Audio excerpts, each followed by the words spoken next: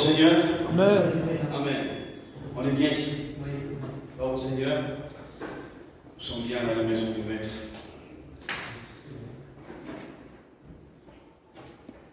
Cet après-midi, ce que nous allons lire ensemble, c'est la parole de Dieu. Amen. C'est la Bible qui nous intéresse. Oui. Ce n'est pas les idées d'un homme. Ce n'est pas, je pourrais dire, les idées d'un mouvement. Ce qui nous importe à nous, c'est ce qui est écrit dans la Bible. Amen. La parole nous dirige, elle nous conduit, elle est vivante, elle est permanente, elle est éternelle et elle est toute puissante. C'est la parole de Dieu. Béni soit le Seigneur, à Dieu soit toute la gloire, à Dieu soit toute l'honneur. Amen. J'aimerais, si vous me le permettez, dans cet après-midi, nous sommes là. Vous savez, l'enseignement de la parole de Dieu n'est pas là pour augmenter simplement notre intellect. Mais la parole de Dieu nous donne l'enseignement pour fonder notre amour en Jésus-Christ. Amen. Et fonder notre foi en Jésus-Christ. Amen. C'est à ça que c'est l'enseignement de la Oui. parole. C'est de nous faire découvrir Dieu. De nous faire découvrir le Seigneur. Parce que la fausse connaissance religieuse, celle qui est de l'orgueil, nous brisera, nous abaissera, mais pas en bien nous abaissera.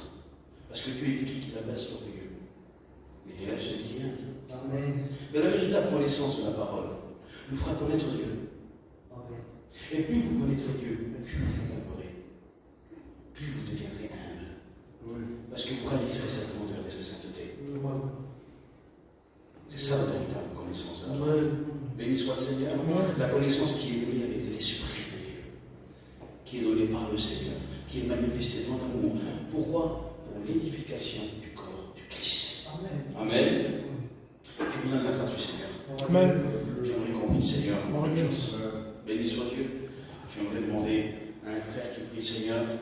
Amen. Mon frère, tu pries le Seigneur. Avec la grâce de Dieu, j'aimerais vous parler de la résurrection et de l'enlèvement de l'Église. Gloire au Seigneur. C'est des choses qui sont importantes. C'est des choses qui sont primordiales. Le message central de l'Évangile. Le but de l'Évangile. La victoire de l'Évangile. Ce qui vient justifier notre foi, c'est la résurrection. C'est la résurrection. Si Christ ne serait pas ressuscité des morts, alors notre foi, dit le saint apôtre Paul, 1 Corinthiens 15, serait vaine. Et nous serions les plus malheureux de tous les hommes, si notre espérance ne serait qu'ici-bas, mangeant et buvant. Car demain, nous mourrons. Mais l'évangile du Christ nous donne une espérance qui vous passe celle de la terre. Alléluia. Il a dit dans Jean chapitre 10, au verset 10, « Je suis le bon berger qui donne sa vie pour ses brebis. » Amen. Et il l'a fait. Il a donné sa vie. Il a dit, je leur donne la vie, et la vie en abondance. Ça veut dire que c'est une vie qui surpasse celle de la chair. Une vie qui surpasse celle de la terre, qui surpasse l'entendement humain et qui va jusque dans les temps d'éternité. Car celui qui croit en lui et qui vit en lui, en qui lui il vit, même s'il meurt, il vivra. Amen. Parce qu'il est la résurrection et la vie éternelle. La vie éternelle ne commencera pas à la résurrection. La vie éternelle commence au pied de la croix. Amen. C'est là qu'elle commence. Elle commence au pied de la croix. Jésus-Christ est mort au printemps, le jour de la Pâque, le 14 avril, le mois de Nissan. Depuis que le monde est monde, les printemps se succèdent et sont précédés d'une automne. Là où tout fan, là où les fleurs fanent, là où le fruit disparaît. Mais à la croix, Jésus-Christ est le plus beau de tous les chrétiens. Savez-vous pourquoi? Je vous pose la question. Pourquoi Jésus à la croix est le plus beau de tous les printemps? Parce que tout ce qui pousse en lui ne mourra jamais. À la croix, les fleurs ne volent point et les fruits demeurent. Il y a un printemps éternel à la croix. Oui, la vie éternelle commence au pied de la croix. La garantie de la résurrection, c'est le sang. La garantie de notre résurrection, c'est le sang. Sans le sang à la croix, sans cette vie sainte qui a été donnée, nul ne peut ressusciter. Regardez, Exode 12, quand Dieu va instituer la Pâque et qu'il va donner l'ordonnance à Moïse, il va dire la mort passera sur l'Égypte et tous les premiers-nés mourront. La mort entrera dans toutes les maisons. Mais vous, quand vous immolerez l'agneau, vous mettrez du sang sur le linteau des portes. Et la mort passera au-dessus, passera outre. Le mot Pâques, passer au-dessus, passer outre. Et ça. Alors regardez bien. Ce n'est pas les miracles de Moïse qui les ont sauvés de la mort. Parce qu'on peut être guéri de notre maladie, mourir et aller en enfer. La guérison n'est pas un garde du salut. Ce n'est pas l'éloquence d'Aaron, Dieu lui-même, qui ton frère Aaron sait parler, il parlera au roi. Si Dieu le dit, c'est qu'il savait parler. Ce n'est pas l'éloquence d'Aaron qui va les sauver de la mort. L'éloquence d'un pasteur, le nombre de réunions auxquelles tu appartiendras, le nombre de prédications que tu écouteras, ne te sauvera pas. Il y avait aussi Myriam, leur sœur. Les chants merveilleux de Myriam, les prophéties de Myriam ne les ont pas sauvés. Ce qui les a sauvés de la mort, c'est le sang sur le linteau des portes. La garantie de la vie, la garantie de la résurrection, c'est le sang. Amen.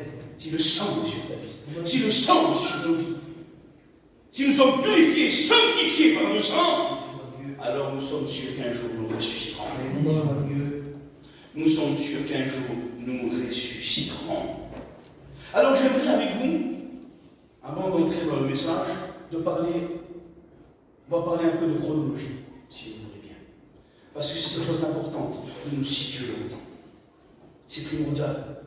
Il y a eu beaucoup d'erreurs qui ont été faites. Il y a beaucoup d'idées au sujet d'où l'Église sera enlevée et elle ressuscitera. Mais la Bible nous donne des réponses claires. Et nous voulons diriger selon la parole de Dieu. Non selon nos idées. Mais une soit le Seigneur, c'est elle qui vient nous mettre tous d'accord. Alors, où l'Église va ressusciter? Est-ce que cela vous intéresse? Amen. L'Église soit le Seigneur, c'est important. Où l'Église ressuscitera? Eh bien, Daniel chapitre 9, l'ange Gabriel va donner un message au prophète et va lui dire 70 semaines ont été fixées sur ton peuple et sur ta ville. Ton peuple Israël, ta ville Jérusalem. L'Église est exempte des 70 semaines. Elle n'a rien à voir. C'est par rapport à Jérusalem et c'est par rapport à Israël. Puis, il est parlé d'une 70e semaine. Et cette 70e semaine, qui est la dernière semaine, quand l'ange parle des semaines, là, ce n'est pas des semaines de jours comme nous on connaît, c'est des semaines prophétiques, qui sont des semaines d'années. Une semaine a la valeur de 7 ans, ce qui fait en tout 490 ans. Et il dit, quand 69 semaines seront passées à partir de la reconstruction du temple au temps d'Esdras et Néhémie, chapitre 2, verset 8, alors là commence le compte à rebours prophétique. Et 69 semaines plus tard, exactement 483 ans, le Messie sera retranché. Et là, le compte à rebours a pris fin, il s'est figé dans le temps. Parce que le prophète, lui, Dieu lui a fait voir le paysage prophétique. Il a fait voir les 70 semaines prophétiques comme des montagnes qui viennent dominer le paysage prophétique. Mais entre la 69e semaine et la 70e semaine, qui est la grande tribulation, il n'a pas aperçu la vallée de la grâce dont nous sommes nous aujourd'hui. Dont nous avons la révélation. C'est pour ça que le Seigneur Jésus-Christ, dans Matthieu chapitre 11, se tourne à ses disciples et leur dit Amen. Et il dit à son Père, je te loue, Père, parce que tu n'as pas révélé ces choses aux sages et intelligents. mais que tu l'as révélé aux petits enfants. Se tournant vers ses disciples, il leur dit, beaucoup de yeux, beaucoup d'oreilles ont pu nous voir, entendre ce que vous voyez, ce que vous entendez, ne l'ont pas vu, ne l'ont pas entendu. Heureux êtes-vous. Heureux êtes-vous. Aujourd'hui, nous avons nous la révélation de la vallée de la grâce. Parce que quand Christ est monté en croix, alors là, le compte à rebours prophétique s'est fichu. C'était la naissance de l'Église. C'était la naissance de l'Église. Et quand l'Église sera enlevée, alors là, la 70e semaine de Daniel prendra effet. Prendra effet. Il est écrit dans 1 Corinthiens 15, verset 52, l'apôtre Paul dit que la résurrection se fera à la dernière trompette. À la dernière trompette. Alors certains ont dit, tu as vu, c'est la dernière trompette.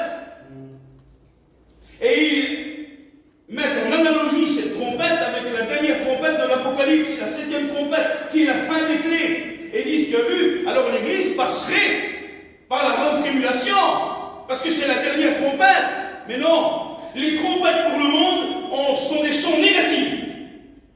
Mais les trompettes pour l'Église ne sont que positives. Ce n'est que positif. Quand l'apôtre Paul parle de la dernière trompette, il parle des trompettes en analogie avec Nombre chapitre 10. Nombre chapitre 10. Dans Nombre chapitre 10, Dieu va donner un commandement à Moïse. Il va lui dire, tu feras 2 trompettes d'argent battu. Quand tu sonneras de la première trompette, alors le peuple se rassemblera et se mettra prêt à partir. Et quand tu sonneras de la dernière trompette, alors il prendra le départ et suivra la Shekinah, la nuée, la présence de Dieu. C'était les deux signes pour la préparation et pour le départ. Et regardez, il y a 2 textes dans la parole de Dieu où il est écrit, le Seigneur lui-même a un signe. Dans Isaïe chapitre 7, il est écrit, le Seigneur lui-même vous donnera un signe. Voici, la jeune fille donnera un fils et vous l'appellera Emmanuel. Emmanuel. C'est ça, l'humanité, la mort et la résurrection du Christ, c'est la première trompette sonnée. Il faut se préparer, il faut être prêt. Ça y est, la porte de la grâce a été ouverte. Nous devons tout abandonner derrière nous et être prêts au départ. Et le deuxième signal, c'est 1 Thessaloniciens 4, verset 16. Le Seigneur lui-même a un signal donné, à la fois d'un archange, au son de la trompette de Dieu, reviendra sur les nuées du ciel, et c'est la Shekinah que nous suivrons pour le départ. C'est cette trompette-là qu'on parle, l'apôtre Paul. Il ne parle pas des 7 trompettes de l'Apocalypse, qui sont les fléaux et les clés. Il parle de la trompette du départ pour l'Église, qui est un son positif et non négatif. Vous comprenez? Et ça, c'est quelque chose de très important. Il est écrit dans Romains chapitre 5, verset 9, étant justifiés par le sang, nous serons enlevés par lui de la colère. Enlevé. Enlevé, ça veut dire retirer. Et la version Chouraki nous dit, étant justifiés par le sang, nous serons enlevés par lui du feu. Du feu. Parce que la dernière semaine de Daniel, la grande tribulation, c'est un feu qui va dévorer la terre, qui va tout dévaster. Mais nous, parce que nous sommes justifiés par le sang, nous ressusciterons avant. Et nous serons enlevés par lui. Du feu. Béni soit le Seigneur. Vous savez, il y a une histoire qui modifie bien cette chose, qui nous explique que la grande tribulation elle s'étend avec une permission, une précision étonnante. C'est le chapitre 3 du livre de Daniel, la vallée de Doura. Connaissez-vous cette histoire? C'est Nebuchadnezzar quand il va élever une statue à son effigie de plus de 30 mètres. Vous avez déjà entendu prêcher ce message? Eh bien, dans cette vallée-là, nous est typifié du début jusqu'à la fin la grande tribulation. Qu'est-ce qui va s'y passer? Il est écrit qu'il y a Nebuchadnezzar qui représente l'Antichrist. Il va élever une statue d'or de plus de 30 mètres d'auteur, qui est l'image de la bête et son adoration. Il est écrit qu'un puissant héros va sortir. Et tous les peuples étaient rassemblés autour de l'Antichrist et du faux prophète, ce qui est le système de l'Antichrist, politico-religieux. Et là, le puissant prophète va sortir et il va dire, quand vous entendrez le son des instruments, vous vous prosternerez. Et là, ce puissant héros-là, c'est le faux prophète qui va prôner l'adoration de l'Antichrist, de la bête. Et là, il est écrit que tout le monde va se prosterner devant cette statue. Mais là, il y en a 3 qui ne se prosternent pas. C'est Méchak, Shadrach et Abednego. Et ces trois juifs dans la vallée de Doura nous représentent les trois catégories de personnes qui sont sauvées à travers le feu de la grande tribulation. Qui sont les 144 000, 12 000 de chaque tribu d'Israël, qui prêcheront, n'acceptez pas la marque de la bête, mourrez pour Christ.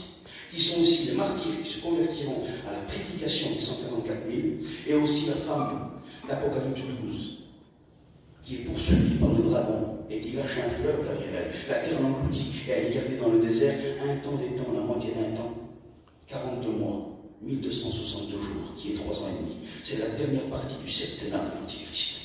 La destruction. Nous sommes là devant les trois catégories de personnes qui sont sauvées à travers le feu. Quelque chose d'extraordinaire. Voyez cette femme-là. Elle nous est représentée par Noé. Apocalypse 12 nous dit comme ça. Je vis une femme poursuivie par le dragon. Et le dragon va chanter un fleuve d'eau derrière elle. Et la terre va engloutir l'eau. Et elle fut gardée dans le désert pendant 3 ans et demi. Elle est gardée au milieu de la grande tribulation. Elle est gardée dans la grande tribulation. Et Noé fut gardé, lui, au milieu de l'eau. Dans le déluge. Ce n'est pas l'église, ça. L'église, c'est Enoch. Enoch marcha par la foi et il fut pris. Avant le déluge. Ça, c'est l'église. Vous comprenez? Enoch marcha par la foi. Qui marche par la foi aujourd'hui? Qui croit en Jésus? C'est l'église du Dieu vivant. Nous ne sommes pas Noé, nous sommes Enoch. Enoch marcha par la foi et il fut pris. Ceux qui sont gardés au milieu de la grande tribulation, c'est Israël qui accomplira Zacharie 12:10. Et ils me verront moi, celui qu'ils ont percé. Et ils pleureront sur moi comme un fils premier-né. Et je répondrai en eux un esprit de grâce et de supplication. Même eux sont sauvés par la grâce et par les marques de l'amour dans ses mains. Regardez, quand Jacob il va à Padan-Aram, je m'éloigne un peu, on fait une parenthèse ensemble. Il va chercher une femme dans la maison de Laban, son oncle. Chemin faisant, il est écrit que la nuit va le saisir. Et là, il va trouver une pierre. Il va la prendre pour chevet et il va dormir dessus. Mais pour Jacob, cette pierre est une pierre parmi les pierres. Elle n'a pas d'importance. Elle n'a aucune distinction. Comme aujourd'hui, le Christ Jésus, pour les Juifs, est un prophète parmi les prophètes, un homme sage parmi les hommes sages, un philosophe parmi les philosophes, mais il les porte quand même sur son cœur. C'est son peuple. Et il y a un plan de salut pour Israël. Il est écrit que Jacob va s'endormir, il va faire un rêve, un songe. Il va voir le ciel couvert. Et une échelle partir de la terre jusqu'au ciel, et des anges monter et descendre. Et là, nous sommes en face de la femme, de la parousie. Matthieu 25, où Christ dit, j'enverrai mes anges, et ils rassembleront mes élus des 4 vents. Une distinction avec l'Église. Pour l'enlèvement de l'Église, c'est lui-même qui le revient. À la parousie, après la grande tribulation, il envoie ses anges rassemblés. S'il y a une différence. Là, nous sommes devant la parousie. Et quand Jacob se réveille, alors là, la pierre, elle est différente de lui. Il va la distinguer de peur. Et il va la relever. Et il va mettre de l'huile dessus. Il va dire, je ne le savais pas. Ici est la maison de Dieu. Ici réside Dieu. Il va appeler ce lieu Bethel, la maison de Dieu. Il est écrit dans le texte hébreu qu'il va amachir la pierre. Il va la oindre. Le nom du Messie. Et quand les Juifs sortiront 3 ans et demi après du désert, quand le Messie reviendra, comme il est écrit dans Zacharie 14, sur le mont des Oliviers, et comme dans Zacharie 12, ils verront les marques dans ses mains, alors là, la pierre du Messie va se relever dans leur cœur. Israël va être l'huile sous la tête du Messie, et ils vont reprendre leur place en tant que prophètes et prêtres des nations. Ça, c'est le plan pour Israël. Il y a un plan pour Israël. Ils seront sauvés. Alors nous voyons que dans cette vallée de Doura, tout est représenté. Nous voyons qu'on va les jeter dans le feu parce qu'ils refusent d'adorer, comme les martyrs, les 144 000. Mais là, il y a un 4e homme avec eux. Et là, nous sommes devant la parousie quand le Seigneur revient. Et là, il est écrit que Nebuchadnezzar s'incline et est effrayé. C'est la destruction des ennemis du Seigneur. Mais j'aimerais vous poser une question. L'histoire que nous venons de citer, elle se trouve dans quel livre d'ailleurs? Comment il s'appelle le livre? Daniel. Donc l'acteur principal du livre, c'est Daniel. Tous les plus grands exégèses de la Bible ont essayé de trouver pourquoi Daniel n'est pas dans le chapitre 3. Il est au chapitre 2, il doit aller au chapitre 4, mais au chapitre 3, il n'y a pas de Daniel. Vous savez pourquoi? Parce que Daniel, c'est l'Église. Il représente l'Église dans cette histoire. Et l'Église n'a rien à voir avec la grande tribulation. L'Église n'a rien à voir avec la 60e semaine. C'est pour ça que Daniel apparaît au chapitre 4. Et il n'est pas dans le chapitre 3. Il est écrit dans Apocalypse 3, verset 10. Parce que tu as gardé la parole de la persévérance en moi. Parce que tu as gardé la parole de la persévérance en moi. Alors je te garderai à l'heure de la tentation qui peut venir sur le monde. Quelle est la différence entre la grande tribulation et les tribulations? Les tribulations sont locales. La grande tribulation sera mondiale. Mondiale. Et il est écrit dans Ésaïe chapitre 48 que l'Antichrist vient comme un oiseau de proie, comme un rapace.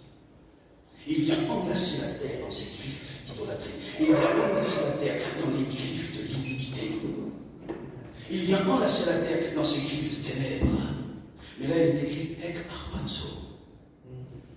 C'est pas je te garderai à l'heure. Hek, ça veut dire je te garderai hors de l'heure, en dehors. Il est écrit Arpazo, d'où est sorti le mot rapace. Ça veut dire avant que le rapace de l'iniquité vienne enlacer la terre, un autre rapace vient enlever son église.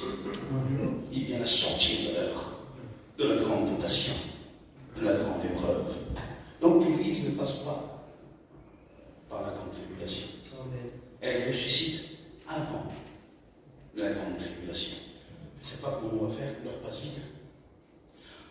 On continue un peu. Gloire au Seigneur. Il est écrit dans 1 Thessaloniciens chapitre 2, verset 7. Je crois que la Bible vous intéresse. Il est écrit dans 1 Thessaloniciens chapitre 2, verset 7. Il faut que celui qui le retient ait disparu. Alors paraîtra l'impie que le Seigneur détruira par l'éclat de son avènement et par le souffle de sa bouche. Béni soit le Seigneur. Qui est celui qui le retient? C'est le ministère du Saint-Esprit à travers l'Église. Parce que l'Esprit Saint et l'Église sont intimement liés autour de Jésus-Christ. Et qu'est-ce qu'il est écrit dans l'Apocalypse 22? Et l'Esprit et l'épouse disent Viens, Seigneur Jésus. De même qu'Abraham a envoyé Éléazar dans la maison de son père pour prendre Rebecca pour Isaac. Le seul but d'Éléazar, c'était d'amener Rebecca à Isaac. Le ministère du Saint-Esprit ici-bas, c'est de garder l'Église sanctifiée pour l'amener pure et sans vide à Jésus-Christ. Et d'écrire qu'Éléazar avait donné une avance à Rebecca. Elle n'était pas encore dans la maison d'Abraham. Mais il va la revêtir d'or et d'étoffe de la maison d'Abraham. Vous n'êtes pas encore au ciel, mais vous avez reçu les arts de l'Esprit. Il a répandu dans vos cœurs l'amour de Dieu. Il a répandu dans vos cœurs les sentiments de Jésus-Christ. Vous n'avez jamais vu Christ. Rebecca n'avait jamais vu Isaac. La seule preuve qu'elle avait, c'était la parole d'Éléazar. Mais il est écrit dans Colossiens 4, verset 4, que l'Esprit de son Fils crie en nous, Abba Père. L'Esprit Saint en témoignage de notre esprit que nous sommes enfants de Dieu. Vous n'avez jamais vu Jésus, mais l'Esprit crée en vous une conviction certaine que Jésus-Christ revient et que vous lui appartenez. Il vous a donné les armes de l'Esprit. Il est écrit que Rebecca n'a pas marché à pied. Il l'a fait monter sur sa monture. Nous devons nous laisser guider par l'Esprit. Il connaît le chemin. Il sait où est la rencontre avec le bien-aimé. Béni soit le Seigneur. Celui qui le retient est disparu, alors paraîtra l'impie que le Seigneur détruira par l'éclat de son avènement et par le souffle de sa bouche. Les Sémites dans le désert demeurent. Ils n'avaient que 2 agents purificateurs. Ils n'avaient pas de moyens de réfrigération comme aujourd'hui, de conservation comme on a. Alors ils avaient le sel, ils avaient l'huile. Ils mettaient du sel sur la viande, sur les aliments. Et là, la viande restait saine. Et ils mettaient de l'huile sur les vases, sur les pots et sur les cuits. Et tout ce qui était insectes, tout ce qui était poussière, tout ce qui était saleté, ne pénétrait pas dans l'eau. Ils poussaient l'huile et l'eau restait saine. Et l'eau restait saine. Et tant qu'il y a le sel de Dieu, l'Église, tant qu'il y a l'huile de Dieu, le Saint-Esprit, l'impureté ne pourra pas venir. Mais quand l'huile de Dieu prendra le sel de Dieu et l'emmènera à l'époux, alors l'impur pourra venir. Mais pour l'instant, il ne le peut pas. Cela est impossible. Mais attention, Jésus-Christ va dire, le sel qui perd sa saveur, avec quoi le lui rendra-t-on? Il n'est pas entre jeter dehors et le fouler aux pieds. Vous savez pourquoi il dit ça, Seigneur? À l'époque du Seigneur, il y avait une substance qui se mêlait au sel, là-bas en Israël. Et quand le mélange était fait, le sel perdait sa saveur. Et l'église du mélange qui se mêle au monde ne sera pas prise. L'église qui va sanctifier, l'église qui garde sa saveur. Quelle est la saveur? C'est l'amour pour le bien-aimé. Restez amoureux de Jésus. Amen. Marchez avec lui par la foi. Suivez Éliazar dans la maison d'Abraham. Nous avons déjà fait un pas dans les champs d'Abraham. Nous avons fait déjà un pas dans les champs d'Abraham. La véritable église sent que Christ revient. Amen. La Rebecca va regarder de loin. Elle va voir venir un homme. Elle va dire, qui est cet homme? Et Éliazar va dire, c'est mon maître. Il savait que c'était les champs d'Abraham. Rebecca ne le savait pas. Mais elle va dire, c'est mon maître. Et il dit qu'elle va tomber de sa monture. Les plus grands exégètes rabbiniques disent que Isaac était tellement beau qu'elle en perdit ses moyens. Oui, il est beau, notre bien-aimé. Il est blanc, il est vermeil. Il se distingue parmi 10 000. Il est comme le pommier parmi les arbres de la forêt. Jésus-Christ est le plus beau. Nous allons à sa rencontre. Nous allons bientôt le voir. Il est dit, quand elle le vit, elle mit son voile. Elle mit son voile. Il faut garder ce que le Saint-Esprit a mis en nous. Jusqu'au dernier moment, le voile de la fidélité, le voile de la conservation, le voile de la pureté, le voile de la sainteté, le voile de la vérité. Il faut l'avoir au retour de Jésus-Christ. Béni soit le Seigneur. Je bénis le nom de Jésus-Christ. Il est écrit dans 1 Corinthiens 15, verset 20, mais maintenant Christ est ressuscité des morts. Il est les prémices de ceux qui sont morts. Ça veut dire quoi? Il est le prémisse de ceux qui sont morts. Il est le premier à avoir ressuscité Anastasia. C'est-à-dire ressuscité pour ne plus jamais mourir. Il est écrit dans Romains 11, verset 16, or, si les prémices sont saintes, la masse l'est aussi. La masse l'est aussi. Et la masse, c'est le champ. C'est l'Église. Il y avait une fête qui s'appelait la Pentecôte en Israël. C'était 50 jours après la Pâque. Cette fête consistait à ce qu'on prenne une gerbe de blé ou d'orge du point le plus chaud d'Israël, qui est à Capernaum, là où 80% du ministère du Seigneur s'est passé. Et là, on se reliait jusqu'à Jérusalem, jusqu'au matin de la Pentecôte. Et on donnait la première gerbe, le prémisse de toute la récolte des champs d'Israël, dans les mains du sacrificateur. Et le sacrificateur agitait la gerbe devant l'Éternel. Et quand la gerbe était agréée par Dieu, offerte à Dieu, alors tous les champs d'Israël pouvaient être récoltés, mais pas avant. Et Jésus-Christ, à l'ascension, après la résurrection, 40 jours après, il est monté au ciel à l'ascension. Et là, il est écrit dans Hébreux chapitre 10 qu'il n'est pas entré dans le tabernacle en fait de main d'homme, mais dans le véritable. Oh Dieu. Et la résurrection d'entre les morts est la preuve que le Père a agréé le sacrifice. Parce que le sacrifice est resté saint. Il n'a point péché. Il a été tenté comme vous et comme moi, mais il n'a point péché. Il est ressuscité. Il est monté au ciel auprès de son Père et les prémices ont été agréées. Et parce que les prémices sont saintes, alors nous, maintenant, la masse, nous sommes saintes. Et de même qu'il est ressuscité, alors nous ressusciterons. Aussitôt que c'est sûr que Christ est ressuscité, aussitôt cela est sûr que vous ressusciterez. Parce que sa résurrection, c'est votre résurrection. Ce qui nous donne la certitude, c'est le sang de l'agneau, sans tache et sans défaut. Et oui, c'est ça. Parce qu'il fallait qu'il soit sans tache et il fallait qu'il soit sans défaut. Dans Exode 12, Dieu va donner un ordre à Moïse. Il va dire, tu prendras un agneau sans tache et sans défaut. Puis, tu le prendras le 10e jour du premier mois, le mois de Nissan. Pour les Juifs, c'est au mois de Nissan, le premier jour. Et tu l'inspecteras jusqu'au 4e jour. Et au milieu du 4e jour, tu l'immoleras s'il est sans défaut. Donc ça n'allait pas jusqu'à la fin du 4e jour. Ça faisait 1 jour, 2 jours, 3 jours et une demi-journée. Nous avons vu tout à l'heure que des jours prophétiques, c'est une année. Vous êtes d'accord avec moi? Et du moment où Jean-Baptiste va présenter l'agneau, Jean 1, verset 29, il va dire « Voici l'agneau de Dieu qui ôte le péché du monde. » Alors là, le ministère du Seigneur va commencer, l'agneau va commencer à être inspecté, à être vu aux yeux de tous. Et là, il va se passer 1 Pâques, 2 Pâques, 3 Pâques. Il va se passer 6 mois, 1 Pâques, 2 Pâques et 3 Pâques. Ce qui fait 3 ans et demi. Ce qui concorde avec 3 jours et demi prophétiques, où l'agneau a été trouvé sans tache et sans défaut, et il va être humilié, il va être sacrifié sur la croix du calvaire. Il va accomplir le sacrifice de la Pâque. Christ, notre Pessah. Christ, notre Pâque tellement sainte, que son sang nous donne la garantie de la résurrection. Béni soit le Seigneur, c'est pour ça que le sacrifice a été agréé. Et si les prémices sont saintes, alors la masse l'est aussi. Alors j'aimerais donner un conseil, s'il y aurait quelques amis au milieu de nous. L'église est semblable à un champ de blé d'or. Avez-vous déjà vu un champ de blé d'or prêt à être récolté?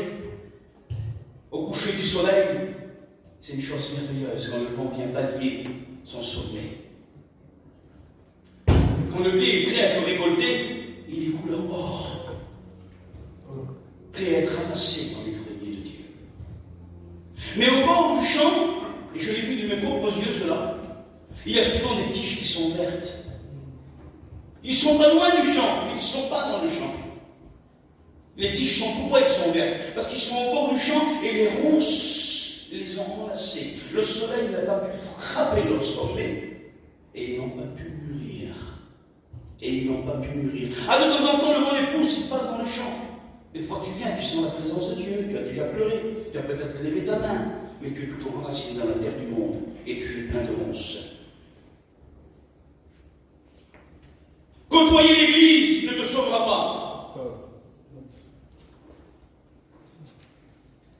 Être autour du champ ne te sauvera pas. Il faut que tu deviennes le champ. Alléluia. Il faut que tu deviennes l'église pour participer à la résurrection. Car il n'y a que le corps du Christ qui ressuscitera. Côtoyer l'église ne te sauvera pas. Ça, c'est une tige verte au bord du champ, enlacée par les ronces. De temps en temps, l'esprit te pousse vers Dieu et tu passes un peu dans le champ, tu sens sa présence. Peut-être tu lèves ta main, tu chantes un cantique, tu dis j'aime Dieu, mais tu es toujours enlacé dans la terre du monde. Arrête avec ton amen hypocrite, avec ton alléluia religieux. Dieu te demande de pleurer sur ta vie aujourd'hui. Il te dit laisse-moi te déraciner du bord du champ, deviens le champ, baigné dans le soleil de justice, deviens un grain de blé d'or, prêt à être ramassé dans les greniers de Dieu. Deviens ce blé. Côtoyer le champ ne te sauvera pas. Deviens le champ. Car il n'y a que la masse du champ qui est sainte, car elle ne fait qu'un avec la tête, avec le prémisse. Seigneur, quelle heure il est, les frères? 4h15. Encore un quart d'heure, vous me donnez? Donc, Seigneur, béni soit le Seigneur. Il est écrit, en effet, il y a une condition pour la résurrection des frères. Il y a une condition. En effet, si nous sommes devenus une seule plante avec lui par la conformité à sa mort, nous le serons aussi par la conformité à sa résurrection. Alors, moi je sais qu'on est des gitans.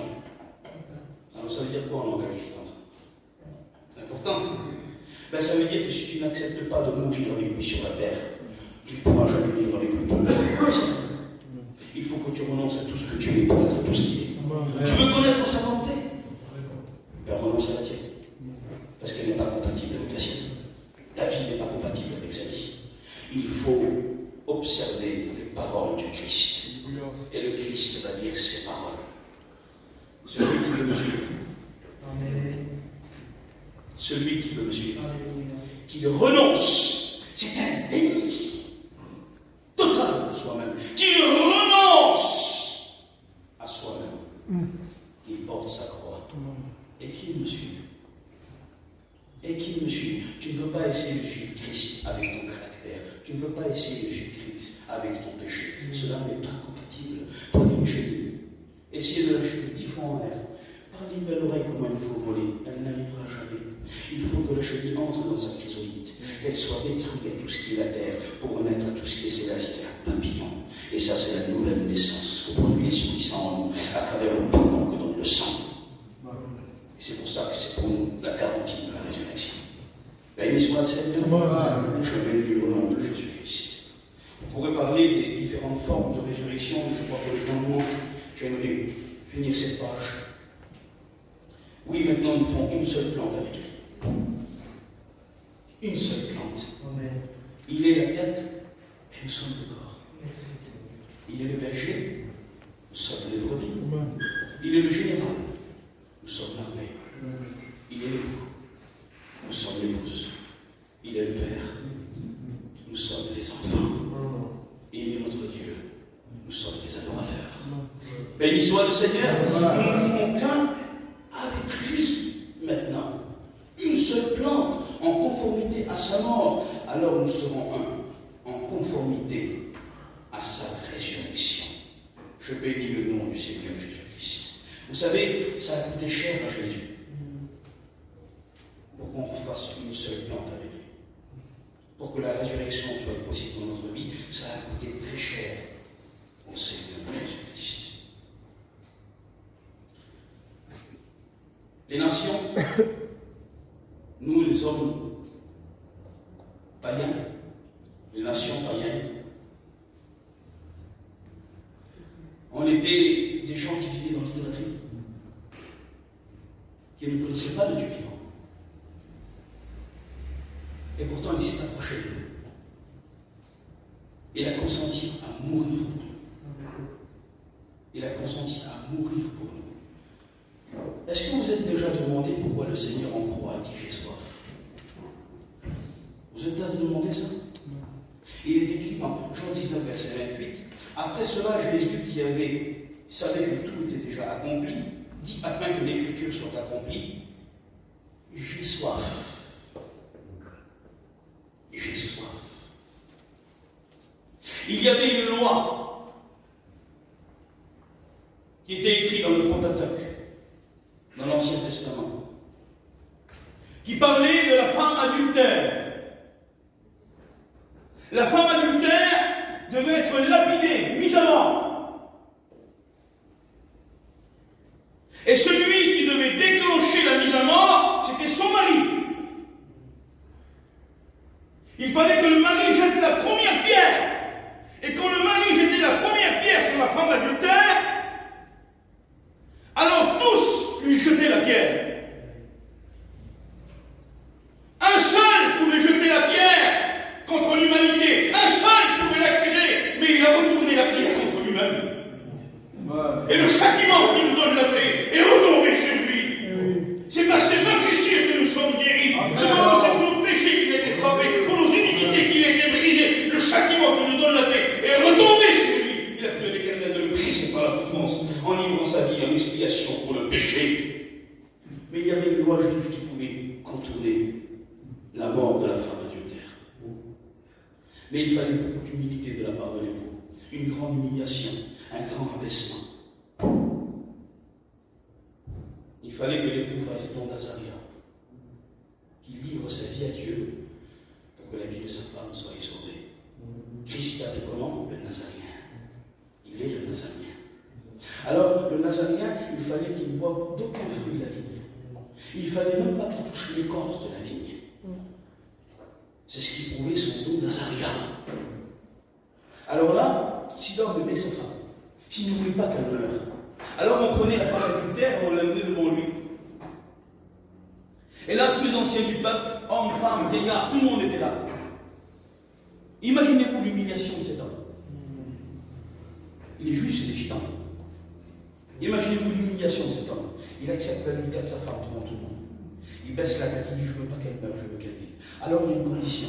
Il fallait que l'ancien du peuple vienne. Et là, le mari faisait don d'Azaria devant l'Éternel. Il était écrit qu'il fallait qu'il boive du fruit de la vigne, qu'il le recrache, qu'il fasse don d'Azaria. Et la vie de sa femme était sauvée. Et il baissait la tête devant tous. Et à la croix, devant la croix, on était une femme. Les nations étaient une femme adultère, qui se corrompait avec l'idolâtrie du monde, qui n'était pas digne à manger à la table du Père, d'entrer dans la maison du Père. Mais à la croix, il est descendu pour nous. À la croix, il est écrit qu'il a dit, j'ai soif, on lui a donné du vinaigre, le fruit de la vigne, il l'a recraché, il a baissé la tête et il nous a sauvés. Amen. Et maintenant, dans cette mort sainte, dans ce sang pur, nous trouvons la garantie de notre résurrection. Il ne laissera pas son époux être défiguré. Il l'enlèvera du feu et de la colère. Il revient nous chercher. Il vient chercher le sel qui garde sa saveur. Il vient chercher l'épouse sans ride et sans tache, celle qui est restée amoureuse de Jésus-Christ. Continuera peut-être une autre fois. Si vos pasteurs me réinvitent. On a pu parler des formes de la résurrection. Mais le temps nous manquait jamais pour nous, Seigneur. Béni soit Dieu. Alléluia. Je vous ai parlé avec mon cœur, je vous ai parlé simplement de la Bible. Mes frères, gardez la parole. Mes amis, devenez de gens. Église du Seigneur, restez amoureuse de Jésus-Christ. Afin que vous soyez le corps. Afin que l'idolâtre que vous étiez, adultère spirituel que vous étiez, il est mort, il s'est abaissé, il a dit j'ai soif, il a baissé la tête, il a fait don d'Azaria, il a libéré sa vie. Et maintenant, la femme idolâtre qui était des nations devant la croix devient la fiancée pure digne d'entrer dans la maison. Gloire à Dieu. Il est écrit dans le psaume 45, la reine est à sa droite. Elle se distingue parmi les jeunes filles. Oui, parce que maintenant, l'Église est ressuscitée. Tout le monde la verra à sa droite. Elle se distingue dans sa primauté. Parce que si Israël sont les invités, si les anges sont les serviteurs du banquet des noces, l'Église est l'amour de sa droite. Ne l'oubliez pas. Restez digne de votre rang. Restez pur, ne perdez pas votre saveur. Restez amoureux de Jésus. Restez au milieu du champ. Bientôt, la délivrance approche. Ce n'est pas en vain que tu souffres. Ce n'est pas en vain que tu persévères. Ce n'est pas en vain que tu acceptes la justice. Parce que les persécutions du temps présent ne sont rien par rapport à la gloire que t'attends. Bientôt, nous allons ressusciter. Je n'ai plus rien à vous dire, on peut continuer, mais je crois que ça suffit. Prions le Seigneur. Seigneur, quelle belle ta parole. Nous avons besoin de ta parole pour réaliser, Seigneur Jésus-Christ, dans les temps où nous sommes, des temps difficiles, des temps durs, où nous devons rester amoureux du